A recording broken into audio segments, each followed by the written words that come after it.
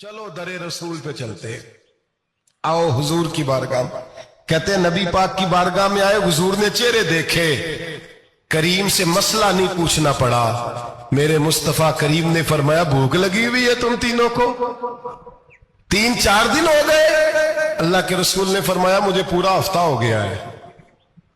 सबब कुछ और है जिसको तो खुद समझता है। जवाल बंदा ए मोमिन का बेजरी से नहीं, भूख नुकसान का वजह नहीं बनी, वजह कोई और बनी है। रिश्वतें के जो बाजार गर्म हुए हैं लूट मार के, ये रोटी के लिए नहीं, ये ज्यादा खाने के लिए, ये बैंक बैलेंस के लिए गर्म है। ये लूट मार का मकसद कोठियां बनाना है, रोटी का तो रब करीम का वादा है। तो जो रोज रोता है शाम को कि मेरा कारोबार कोई नहीं, असल में कहता है बंगला कोई नहीं, असल में कहता है कार कोई नहीं, पजारो कोई नहीं, रोटी तो अल्लाह अता फरमाता है, उसका वादा है। फरमाया हुजूर ने 3 दिन बीत गए, चलो मेरा बेतकल्लफ सहाबी है अबुल हसन अंसारी, वो बड़े नसीब वाले होते हैं जिनको मेरे नबी पाक खुद कहते थे कि तेरी फलानी जिम्मेदारी है। इस जमाने का तो किसी को कह दिया जाए ये तेरी जिम्मेदारी है तो कहता ये तो फटीके डालने लग गया है, यहां से तो छुट्टी कर देनी चाहिए। खुश होते थे सहाबा के हमारी जिम्मेदारी लगी। कहते हैं हजरत अबुल हसन अंसारी के घर गए, नबी पाक ने फरमाया भूख बड़ी लगी है खाना ला। कहते हैं हुजूर ने उसे कहा तो उस आदमी को तो वजद ही हो गया। उसने कहा मेरे इतने नसीब कि हुजूर का ये खाना खिला। आओ देखो दुनिया वालों, आज जो सबसे ज्यादा इज्जत वाला है वो मेरा मेहमान बना हुआ है। फरमाते हैं वो दौड़े गए, बकरी उठाई, जिबा की, बीवी को कहने लगे रोटी तैयार कर।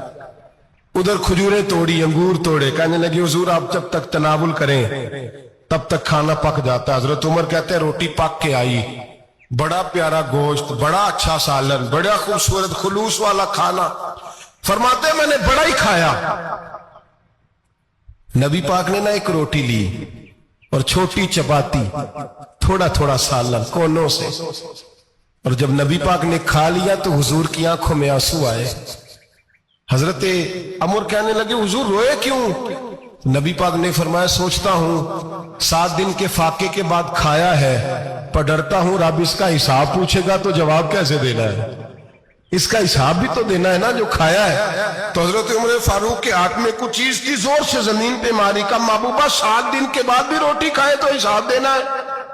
नबी पाक फरमाने लगे उमर वो मालिक है ना, तो जब देता है तो हिसाब नहीं ले सकता, हिसाब तो देना है, हिसाब तो देना है, तैयारी रखो। सहाबाए किराम फरमाते हमने इरादा किया कि आज के बाद हम फिर फाके करेंगे, कम खाएंगे, इसलिए कि हिसाब देना है। मेरे भाई वो फाका कशी करते थे, डरते थे। यहाँ तो लोग खा के बीमार है, खाते जा रहे हैं, सोते जा रहे हैं, खाते जा रहे हैं, सोते जा रहे हैं। ये भी वक्त आएगा रमजान शरीफ का, सवेरे दर्स पे आओ कहते नींद बड़ी आती है, सवेरे 2 सिपारे पढ़ के सोया करो कहते साहब नींद बड़ी आती है।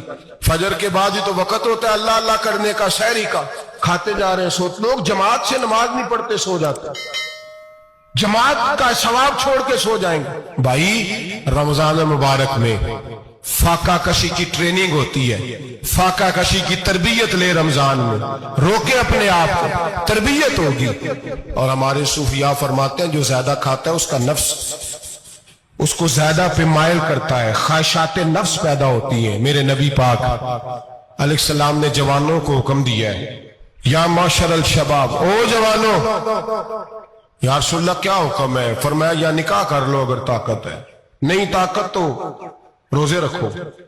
हुजूर रोजे से क्या होगा? फरमाया तुम्हारा नफ्स कुचला जाएगा, शैतान वसवसा अंदोजी नहीं करेगा। आज नौजवान बढ़ बढ़ के खाता है, बहुत ज्यादा खाता है, कभी इस होटल से खाता है, कभी उस होटल से खाता है। इतना ज्यादा खाएंगे तो नफसानी कुव्वतें उछल करके आएंगे, मुश्किल हो जाएगा। शादियां देर से होती हैं, माँ बाप आंखें बंद करके बैठे हुए। अगर माँ बाप की जिम्मेदारी हो और माँ बाप निकाह ना करे तो नबी पाक ने फरमाया बच्चे गुनाह करेंगे तो जितना गुनाह बच्चे को उतना बाप को भी होगा। तो माँ बाप चुप है, दूसरा शादी मुश्किल बड़ी है, महंगी बड़ी, और तीसरा नहीं कर रहे कुछ लोग तो रोजे भी नहीं रख रहे। तो रमजान उनके लिए भी वक्त है, नफसानी कुव्वतें कुचली जाएंगी। खाना जितना कम खाया जाएगा उतना वजूद के अंदर नफसानी ख्वाहिशात कम पैदा होंगे। तो रमजान तो प्रैक्टिस है मुजाहिदे की, दीन की। और दूसरा मेरे हबीब पाक सल्लल्लाहु अलैहि वसल्लम ने फरमाया है, हुजूर फरमाते हैं कि रमजान और कुरान का आपस में रिश्ता है। कुरान पाक कितना पढ़ना चाहिए रोजाना? ज्यादा से अल्लाह जज़ा दे, उम्मीद है आप ज्यादा से ज्यादा ही पढ़ते होंगे।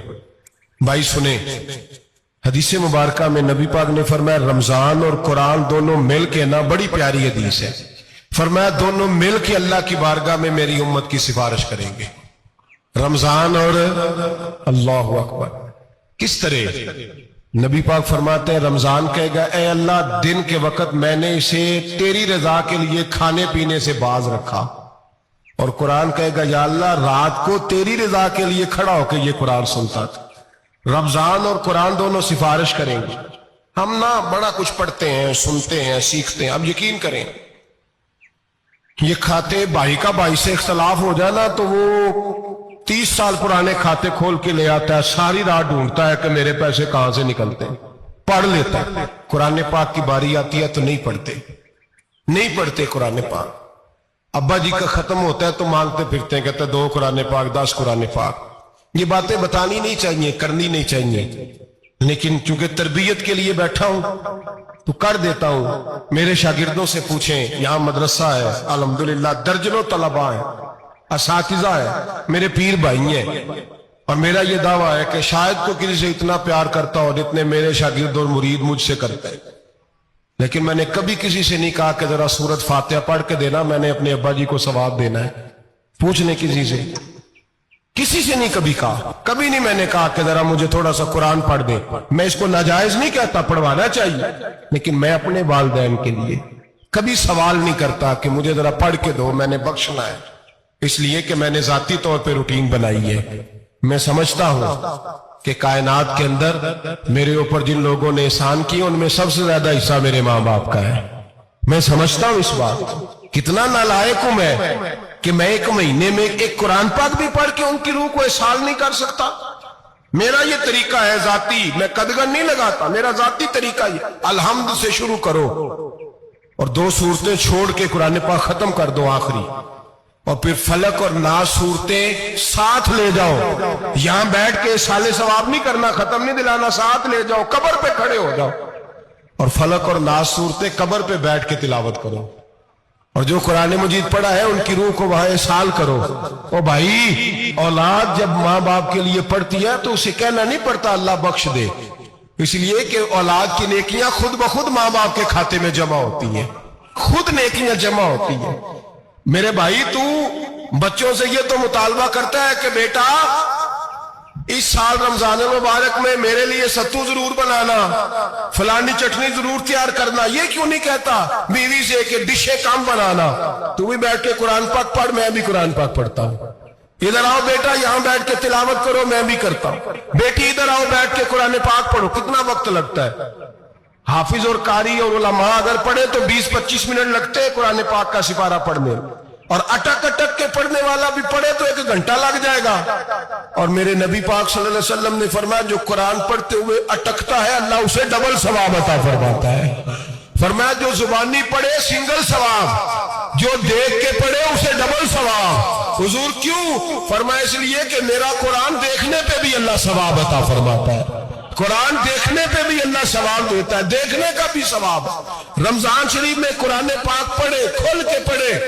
और मेरे भाई, अगर तेरा बच्चा पढ़े, अगर तेरी बेटी पढ़े, कायनात का खुशनसीब बाप वो है इसका बेटा कुरान पढ़े, चाहे नाजरा ही पढ़े, जिसकी बेटी पढ़े। जिंदगी में इन्हें इस काम पे लगा जाओ, मरने के बाद भी पढ़ेंगे। इमाम जलालुद्दीन सुयूती शाफई रहमतुल्लाह अलैह फरमाते, हजरत ईसा कब्र के पास से गुजरे, कब्र पे अजाब हो रहा था, अल्लाह का गजब बरस रहा था। जनाब ईसा इस्तिगफार पढ़ते डरते गुजर गए।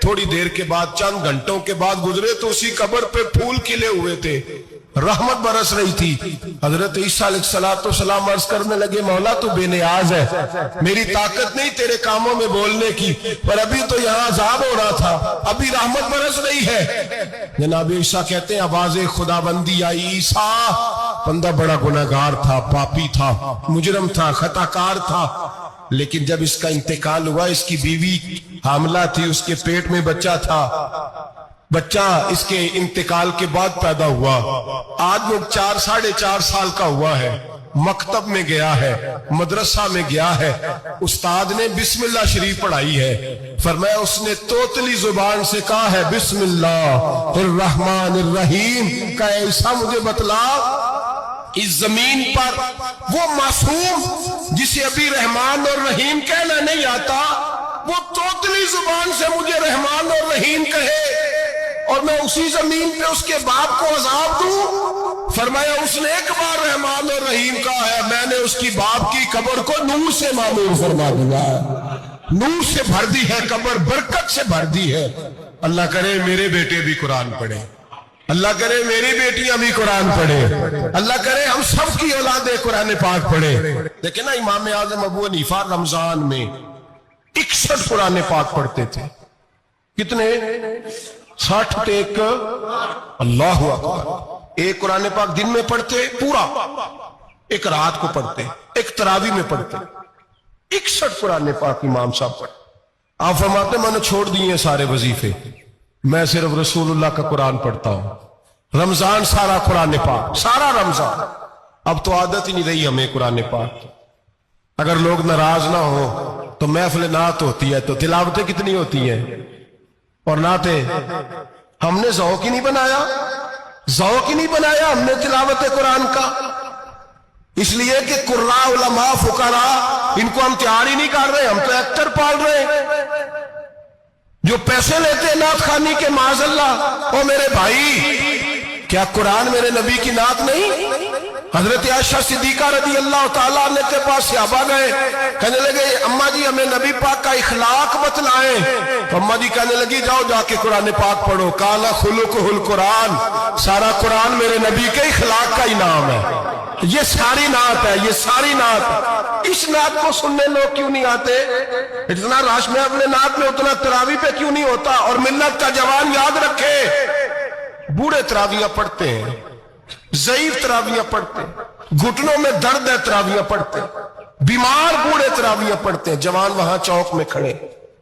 کیا جوانی اس لیے ہے چوکوں میں کھڑا ہوا جائے؟ کیا جوانی اس لیے ہے کہ سعودی عرب جانے کے لیے پاسپورٹ بنانا ہو تو 2.5 گھنٹے کھڑا رہے تو؟ شناختی کارڈ کے دفتر تو کھڑا رہے، پروٹیکٹر کے لیے کھڑا رہے، کافروں کے سامنے کاسا لیسی کرنے کے لیے تو کھڑا رہے، تو نوکری پہ جائے تو ساری رات کھڑا رہے، اور تو قرآن کے لیے کھڑا نہیں ہوتا؟ میرے محبوب نے فرمایا من قام ایمانا واحتسابا غفر له ما تقدم من ذنبه، فرمایا جو رمضان المبارک میں اللہ کی رضا کے لیے گناہوں کی معافی کے ارادے سے قیام کرے گا، راتوں کو عبادت کرے گا، اللہ اس کے پچھلے سارے گناہ معاف فرما دے گا۔ نوجوان ارادہ کریں، پروگرام بنائیں کہ انشاءاللہ قرآن پڑھنا بھی ہے، قرآن پڑھوانا بھی ہے، سننا بھی ہے، اور انشاءاللہ بولیے سننا بھی ہے اور پڑھنا بھی ہے اور پڑھانا بھی۔ ہمت کریں، دلیری کریں، آ کے کھڑے تو ہو، اللہ توفیق عطا کرے گا۔ پہلی بات یہ کہ روزہ رکھیں، دوسری بات یہ کہ قرآن پاک کی تلاوت کریں، اور روزہ رکھیں تو روزے کے سارے حسن سمیت اسے رکھیں۔ نبی پاک نے فرمایا رمضان غمخواری کا مہینہ ہے، غمخواری کریں۔ ہمارے زمانے میں 2 قسم کی تکلیفیں ہیں، ایک تو غریب آدمی، اس کا حال یہ ہے کہ وہ مانگتے ہی گزارا کرنا چاہتا ہے، اس نے ہاتھ یوں کر لیا ہے تو اب اس کا یوں ہونے کو تیار نہیں۔ ضرورت اگر کسی آدمی کو کسی دروازے پہ لے جاتی ہے تو برا نہیں، لیکن سوال کا اپنے اوپر دروازہ کھول لینا یہ ٹھیک نہیں۔ فاقہ کشی پیدا کریں، حوصلہ پیدا کریں، تھوڑے پہ گزارا کرنا سیکھیں۔ غریبوں کو بھی اجازت نہیں کہ وہ نکل کھڑے ہوں میدان میں مانگنے کے لیے، ٹولیاں نکلتی ہیں رمضان میں، جتھے نکلتے ہیں خیرات کٹھی کرنے والے، بچیں۔ میرے نبی پاک صلی اللہ علیہ وسلم نے فرمایا جس نے بغیر ضرورت کے سوال کیا، جب قیامت کے دن آئے گا تو اس کے چہرے کے اوپر گوشت نہیں ہوگا، صرف ڈھانچہ ہی ہوگا۔ اتنی بھیانک صورت میں آئے، بغیر اشد ضرورت کے سوال نہ کر، کبھی سوال نہ کر۔ اور امیروں سے گزارش ہے کہ رمضان ہمدردی کا مہینہ ہے، ہمدردی کریں تو سامنے والے کی عزت کا بھی خیال کریں۔